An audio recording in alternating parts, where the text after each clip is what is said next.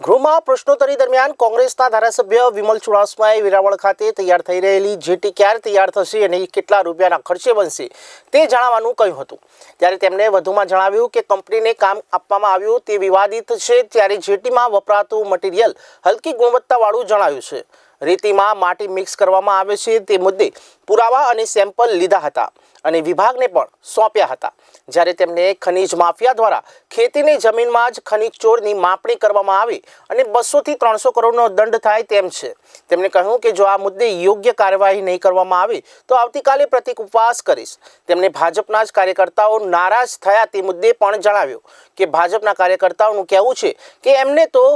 ખુરશી સાફ કરવા, બસો ભરવા અને ભીડ ભેગી કરવા રાખ્યા છે। કલાકારોને માન સન્માન આપ્યું એવું એક કાર્યકર્તાઓને આપવું જોઈએ। આજરોજ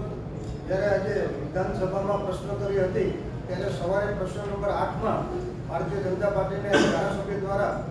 જે મારી વિધાનસભા આવેલી છે સોમનાથ વિધાનસભામાં, એમાં વેરાવળ જે જેટી બની રહી છે એ જેટીમાં એમને પ્રશ્ન પૂછેલો કે આ જેટીનું કામ કેટલા ટકા પૂર્ણ થયું છે ત્યારે અને એ જેટીમાં કેટલો ખર્ચો કરવામાં આવ્યો છે ત્યારે સરકાર દ્વારા અને મંત્રી દ્વારા જવાબ દેવામાં આવ્યો કે 41.69% કામ પૂર્ણ કરવામાં આવ્યું છે અને 103.88 કરોડનો ખર્ચો કરવામાં આવ્યો છે। ત્યારે એ મારી વિધાનસભાનો પ્રશ્ન હોય અને મારી વિધાનસભાના વેરાવળમાં જે જેટી બનતી હોય એ જેટી બને છે આરકેસી લિમિટેડ જે કંપની છે, વિકાસપટ્ટનમની કંપની છે અને આ કંપની જ્યારે થઈ છે ત્યારથી વિવાદિત હંમેશા રહ્યું છે। ઘણીવાર મટીરિયલના કામમાં વિવાદિત રહ્યું છે। ત્યારે મેં પેટા પ્રશ્ન પૂછેલો અને પેટા પ્રશ્નમાં મંત્રી શ્રી રાઘવજીભાઈ પટેલે જવાબ આપેલો। ત્યારે મેં એમને પૂછેલું કે આ જેટી જ્યાંથી બની રહી છે ત્યારે અનેકવાર મેં ફરિયાદ કરેલી છે કે આ જેટીમાં અને આ જેટીમાં જે મટીરિયલ વાપરવામાં આવેલું છે એ નબળી ગુણવત્તાવાળું વાપરવામાં આવ્યું છે, જેમ કે રેતી હોય, કાંકરી હોય, લોખંડ હોય અને અનેક વસ્તુ આ રીતે વાપરવામાં આવી છે। અને એના માટે થઈ અને મેં પોતે અને જનતા રેડ પણ પાડેલી અને અમે રૂબરૂ જે હલકી નબળી ગુણવત્તાવાળી રેતી પણ પકડેલી, રેતી સાથે માટી મિક્સ થયેલી પકડેલી, જે 20 mm કાંકરી હોય છે ત્યાં 10 mm વાપરતા પકડેલી, જ્યાં 40 mm હોય ત્યાં 20 mm વાપરતા પકડેલી અને એના પુરાવાને સેમ્પલ પણ અમે લીધેલા અને અહીંના વિભાગને મારો પત્ર સાથે મેં સેમ્પલ સહિત મોકલેલા અને વિડીયોગ્રાફી પણ મોકલેલો। ત્યારે મેં પૂછેલું કે આ તમામ મોકલે એની ઉપર આપ શું અત્યાર સુધી કાર્યવાહી કરેલ છે?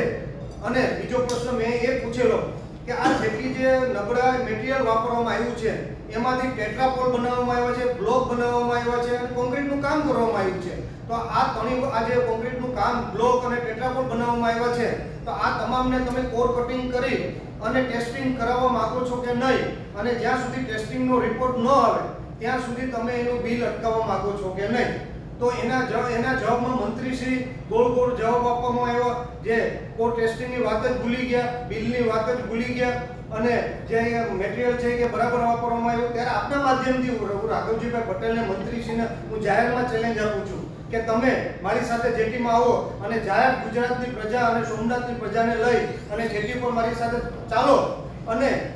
જે ટેટ્રાપોલ છે, બ્લોક છે એ હાલમાં પણ હયાત છે અને કોન્ક્રીટનું કામ પણ હાલમાં હયાત છે અને તમારી રૂબરૂ, મારી રૂબરૂ અને સોમનાથ અને ગુજરાતની પ્રજાની રૂબરૂમાં જાહેરમાં કોર કટિંગ અને આનું laboratory testing, core cutting testing કરાવવામાં આવે। આપણી જાહેરમાં આપણી વચ્ચે એમની મારી અને પ્રજાની વચ્ચે કોર કટિંગ અને ટેસ્ટિંગ કરાવવામાં આવે અને જેને કોર કરીને જે રિપોર્ટ આપે એ રિપોર્ટ આને હું સમજે। ત્યાં ખનીજ માફિયા દ્વારા જે પ્રવીણ રાઠોડ ઉર્ફે કેસરી અને લલિત રાઠોડ દ્વારા જે મોટા ખનીજ માફિયા છે તેના દ્વારા જે 7/12ની નકલ કે જે સર્વે નંબરવાળી ખેતીની જમીનમાં મોટા પાયે ખનીજ ચોરી કરેલી છે અને એ મોટા ખાડા કરેલા છે કે આપણી વિધાનસભા પણ એમાં સમાઈ જાય આટલા મોટા ખાડા કરેલા છે અને એ માપણી કરવામાં આવે તો 200 થી 300 કરોડનું જે ભ્રષ્ટાચાર પકડાય 200 કે 300 કરોડનો દંડ થાય એ 100% થાય એવું છે। ત્યારે મેં અવારનવાર બધાને રજૂઆત કરી, આજે વિધાનસભામાં પણ પ્રશ્ન, આજે વિધાનસભામાં પણ મેં આ વાત ફ્લોર ઉપર મૂકી અને એ લેટર જે મુખ્યમંત્રીશ્રીને લખ્યું છે એ લેટર પર મેં અધ્યક્ષને પણ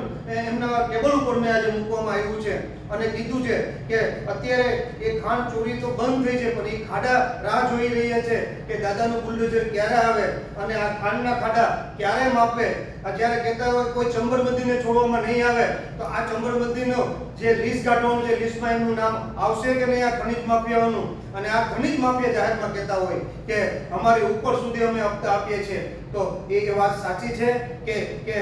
સરકારથી પણ આ ખનિજ માફિયા મોટા છે કે એની ઉપર કાર્યવાહી કરવામાં આવશે કે ખાડા માપવામાં આવશે? જો ખાડા જ નહીં માપવામાં આવે તો કાલે મારા દ્વારા વિધાનસભામાં ઉપવાસ ઉપર પ્રતિક ઉપવાસ ઉપર બેસવાની મારી સંપૂર્ણ તૈયારી છે. કાલે અને આજે પણ કલાકારો આવેલા હતા, પણ એ ભાજપના કાર્યકરો નારાજ થયા. એ મને વોટ્સએપના માધ્યમથી જે ભારતીય જનતા પાર્ટીના કાર્યકર દ્વારા જે લડાઈ ચાલી રહી છે અને જે સોશિયલ મીડિયામાં મૂકી રહ્યા છે કે ભારતીય જનતા પાર્ટીમાં અમે વર્ષોથી એક કાર્યકર તરીકે કામ કરી રહ્યા છીએ, અમને તો ખુરશી મૂકવામાં અને ખુરશી સાફ કરવા પૂરતા જ રાખેલા છે. આજે આ કલાકારોને માન આપવામાં આવ્યું છે, એવું ક્યારેક ભારતીય જનતા પાર્ટીના જે સામાન્ય કાર્યકર છે એ જ્યારે પબ્લિક ભેરી કરવાની હોય છે કે અથવા કે સંમેલન કરવાનું હોય છે ત્યારે એમને બસો ભરવા માટે, ખુરશીઓ ઉપર બેસાડવા માટે અને એમને સાચવવા માટે આ રીતે જ ભારતીય જનતા પાર્ટીના કાર્યકરોને રાખવામાં આવે છે. આજે જે કલાકારોને માન સન્માન આપ્યું એમ ભારતીય જનતા પાર્ટીના એ જે વોટ્સએપમાં આવી રહ્યું છે કે એવું ક્યારે એમને માન સન્માન આપશે? અને તમને પણ એક પણ એક્ઝામ્પલ આપું કે ભારતીય જનતા પાર્ટીના જે નાનામાં નાનો કાર્યકર છે, વર્ષોથી કાર્યકર કરી અને વિધાનસભાનું સપનું જોઈ રહેતા હોય છે કે હું વિધાનસભાનું મને ટિકિટ મળે, ધારાસભ્ય બનું, મંત્રી બનું, અને એ એવું સપનું જોઈ રહે છે કે આ ભારતીય જનતા પાર્ટી જે પોતે અન્ય પાર્ટીના લોકોને લઈ આવે અને જે બીજા ધારાસભ્ય વર્ષોથી ભારતીય જનતા પાર્ટી એને કામ કરતા હોય, છેલ્લી બેન્ચમાં બેઠા હોય અને બીજી પાર્ટીના લોકો આજ પહેલી બેન્ચમાં મંત્રી બનીને બેઠા છે, ત્યારે ભારતીય જનતા પાર્ટીના કાર્યકરને સમજી લેવાની જરૂર છે કે આપણે હંમેશા જે કામની કદર કરતા હોય એ પાર્ટીમાં જ રહેવું જોઈએ અને ન કરતા હોય તો બીજી પાર્ટીમાં વહી જવું જોઈએ.